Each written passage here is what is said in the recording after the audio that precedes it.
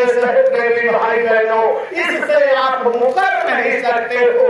ये हमारे प्रेमी गांव गांव जा करके सब आपको संदेश सुना रहे हैं। तो उस अदालत में कोई झूठी गवाही चलने वाली नहीं है।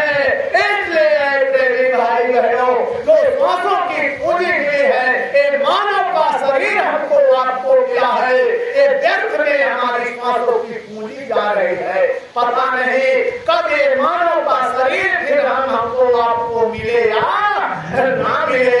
आज मौका है प्रेमी भाई बहनों, ये मानव का शरीर तो मिल गया प्रेमी भाई बहनों, लेकिन मानव का शरीर पा जाना है केवल भारी नहीं होता है। मानव का जैसे एक बेटी है, कोई स्त्री बहुत सुंदर है प्रेमी भाई बहनों, वो उसकी सुंदरता ऐसे नहीं आंकी जा सकती, लेकिन जब उसको पति मिल जाता है, हमारी ही बेटी हो प्रेमी भाई बहनों, उसको पहले देखो उसके चेहरे को, और जब उसको पति मिल जाएगा, पति के पास चली जाएगी, तो जब वहां से बेटी आती है तो उसके चेहरे को, उसके अंदर की लाइट हो जाती है प्रेमी भाई बहनों। उसी प्रकार से मानव का शरीर हमको आपको तो मिल गया, लेकिन हमको हमारा पति ना मिला, सच्चा सतगुरु ना मिला, रहबर ना मिला कि जिसके भरोसे हम हो करके और निर्गुण हो जाए। वही बेटी जब माँ बाप के सहारे रही, उसकी चेहरे की रौनक देखो, और जिस पति के यहाँ गई वहां से लौट करके आने में उसके चेहरे को देखो, कमल के फूल की तरह खिल जाता है। उसी प्रकार से अगर मानव का शरीर हमको आपको मिला है प्रेमी भाई बहनों, अगर सद्गुरु नहीं मिले तो उसी की तरह हम उसी काम के रह जाएंगे, और जब सद्गुरु मिल जाएंगे वो अगम का भेद बता देंगे, और हमारी जीवात्मा की डोरी उनके हाथों में हो जाएगी। जब उनके हाथों में डोरी हो जाएगी तो हमको आपको चिंता करने की कोई जरूरत नहीं है।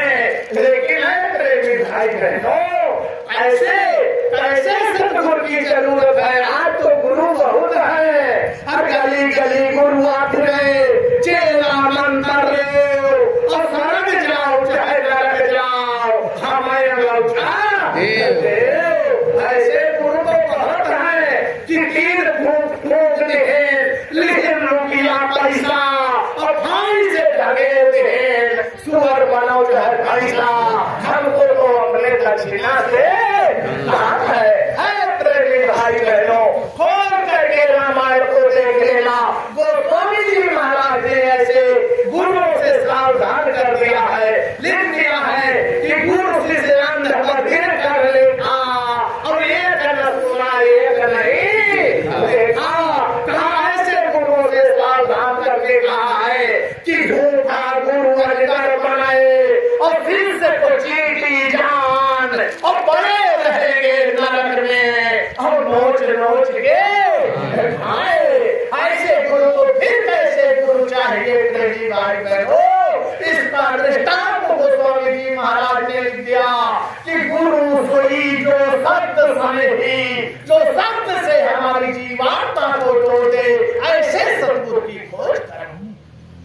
सत्य मार्गी गुरु न होवे तब झूठी गुरुवारी होवे, सत्य कमावे सो गुरु पूरा, और चरणन की हो जा थोड़ा। सत्य भेदी गुरु की जरूरत पड़ेगी प्रेमी भाई बहनों, जो हमारी जीवात्मा को उस परमात्मा तक पहुंचा दे। और जब सत्य भेदी गुरु मिल जाएंगे तो हमको आपको किसी भी प्रकार की कोई चिंता करने की जरूरत नहीं। इसलिए प्रेमी भाई बहनों, एक मानव का शरीर मिला, अगर बच्ची की शादी ना हो, उसको ब्याह ना जाए तो उसकी क्या कीमत होती है। और वही बच्ची ब्याह करके जब बहू बन जाती है तो दो घरों की रौनक। तो एक प्रेमी भाई बहनों, सतगुरु की खोज करनी पड़ेगी। सतगुरु की जिन्होंने खोज किया प्रेमी भाई बहनों, जब संतों महात्माओं के पास जाएंगे, संतों के अंदर वो पावर है कि जीव को धो करके और नाम की अमूलक दौलत दे करके जीवात्मा का स्वच्छ और निर्मल बना करके निज घर पहुंचा देते हैं। ऐसा नहीं है प्रेमी भाई बहनों, कि कोई पहुंचा नहीं। अरे इतिहास गवाह है, जब संतों की शरण में अंगुलीमाल जैसे डाकू गए और वो परमात्मा को प्राप्त कर लिया, रत्नाकर जैसे डाकू ब्रह्म ज्ञानी हो गए। प्रेमी भाई बहनों, हमने आपने तो ये खोल करके बस इतना पढ़ लिया कि उल्टा नाम जपत जगजाना हो वाल्मीकि भयो ब्रह्म समाना, कि वाल्मीकि इतने पापी कुकर्मी थे कि उनके मुख से राम राम नहीं निकलता था, वो मरा रह करके ब्रह्म ज्ञानी हो गए। प्रेमी भाई बहनों, हम भी यही सोचते थे, जब तक सदगुरु नहीं, गुरु महाराज की शरण में नहीं गए, हम भी यही सोचते थे कि मरा कह करके ब्रह्म ज्ञानी हो गए। लेकिन जब गुरु महाराज ने सत्संग सुनाते हुए कहा, रे बच्चा, अगर वो रत्नाकर मरा करके वाल्मीकि ब्रह्म ज्ञानी हो गए तो तुम्हारे बाबा दादा पुरखे पूर्वज पढ़े लिखे हैं, वो ना क्यों ब्रह्म ज्ञानी हो गए? गुरु महाराज ने कहा, वो न तो राम राम कह देते हैं, वो ना क्यों ब्रह्म ज्ञानी हो गए? कहा, रे बच्चा ऐसे नहीं है। कहा, रे वाल्मीकि के बचपन का नाम था रत्नाकर, इनका काम था चोरी डकैती में विचार करना, लूटपाट करना। हमारे गुरु महाराज ने सत्संग सुनाते हुए बताया कि रे बच्चा, एक बार रत्नाकर जो है जंगलों में बैठा हुआ था, सुबह से शाम बीत गई, लेकिन कोई मुलजिम उसके सामने नहीं आया कि जिसको मैं लूट सकूं। यही सोच विचार कर रहा था कि शाम को क्या देखता है कि सामने से 7 महात्मा चले आ रहे हैं। 7 लोगों को जब देखा तो देख करके उसकी मोछे खिल गई कि देखो, सुबह से शाम हुई और शाम को मालिक ने ऐसा 7 लोगों का माल लूटने को दे दिया। अब जब उनको देखा तो उन्हें देख धावा हर्षाई और बोला बचन मुनि से जाई। उठ करके भाग करके प्रेमी भाई बहनों रत्नाकर गया और जा करके महात्माओं से क्या कहने लगा कि पोथी पत्रा दे उतारी और नहीं मैं डरी हूं जान से हमारी। कहा, जो कुछ तुम्हारे पास है तुम्हारे झोले में आधारी में निकाल करके यहाँ पर रख दो, नहीं अब तुम्हारे जान की खैर नहीं है। प्रेमी भाई बहनों, जब इतना कहा तो महात्माओं ने के अंदर विचार आया कि दुष्ट, आज तो दुष्ट से पाला पड़ गया है। तो महात्माओं ने क्या कहा कि दुष्ट जान बोले मूल जानी और सुन सठ हम पूछत एक पानी। महात्माओं ने कहा, ठीक है तुम लूट लेना, मार लेना, कोई बात नहीं है, लेकिन पहले हम एक बात तुमसे पूछना चाहते हैं, उसका जवाब दे दो। इसके बाद तुम चाहे हमको लूटना, चाहे मारना, चाहे काटना। प्रेमी भाई बहनों, तो कहने लगे कि जीव बधे कर पाप जो है इनके को साथी है। नहीं कहा, रे जो बार काम तू कर रहा है, ये जीवों को सता रहा है, इसमें तेरा कोई साथ देने वाला नहीं है। बोल, तेरे घर में कौन कौन है? कहा, मेरे माता है, मेरे पिता है, अरे मेरी पत्नी है। तो कोई क्या कहते हैं महात्मा कि जा घर जाए पूछ के आओ और तब हमारा तुम माल छिनाओ। कहा, अगर तुमको इतना विश्वास है अपने माता पिता पर, अपने पत्नी पर, तो अपने घर चले जाओ और जा करके पूछ करके आओ और फिर उसके बाद हमारे सारे धन को ले लेना। है प्रेमी भाई बहनों, हमारे गुरु महाराज ने बताया कि रत्नाकर फिर बोल पड़ा कि अच्छा मुझको बेवकूफ बनाते हो, मैं उधर पूछने के लिए चला जाऊं और तुम इधर भाग जाओ।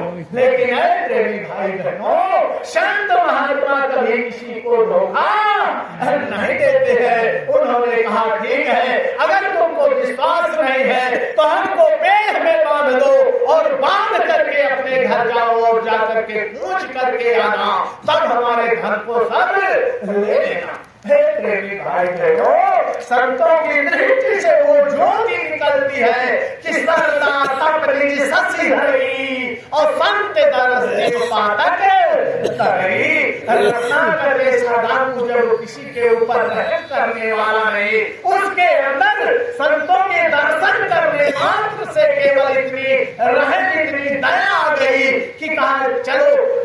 हैं बांध करके पूछ कर आते हैं, इसमें क्या हाल है। अब रत्नाकर जो है सातों ऋषियों को पेड़ में बांध करके प्रेमी भाई बहनों और सीधे अपने घर गया।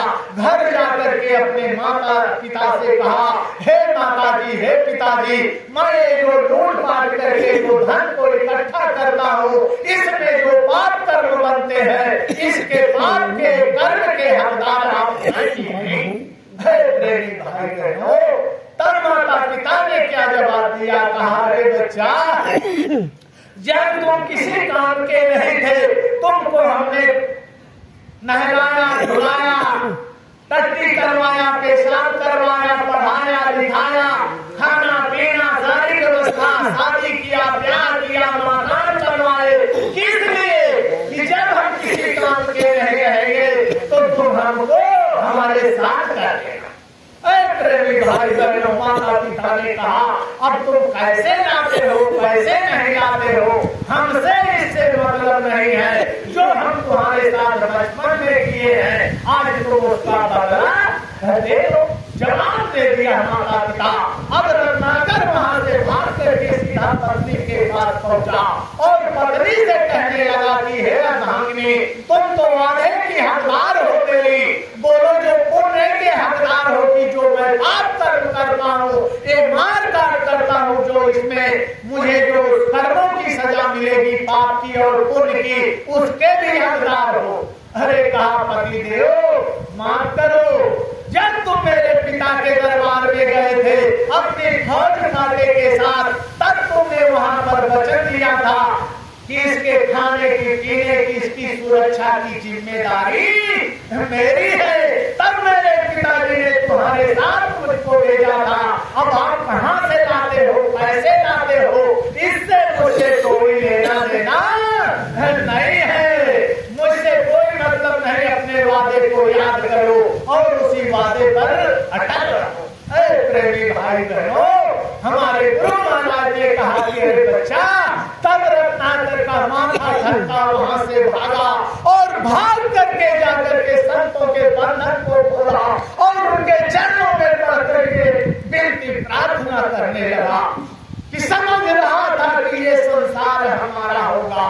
मैं तो यही सोचता था कि ये सब मेरे अपने हैं, लेकिन गुरुवर अधमों के धार में शुमार हो गए भगवान, कि जिससे थक गया, लाचार हो गया भगवान।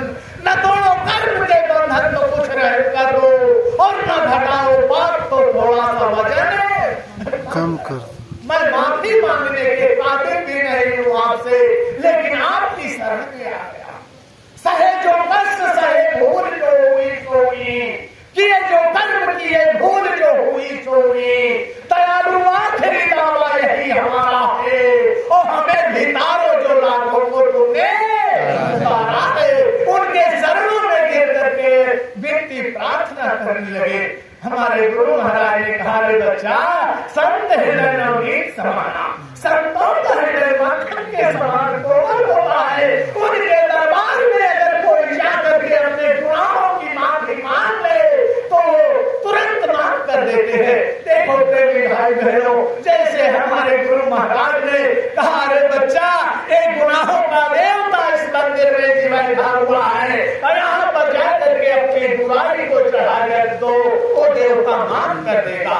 उसी प्रकार से प्रेमी भाई बहनों, रत्नाकर के सारे गुनाहों को माफ कर दिया संतों ने और वहीं पर बैठा करके नाम की अमूल्य दौलत दे दी।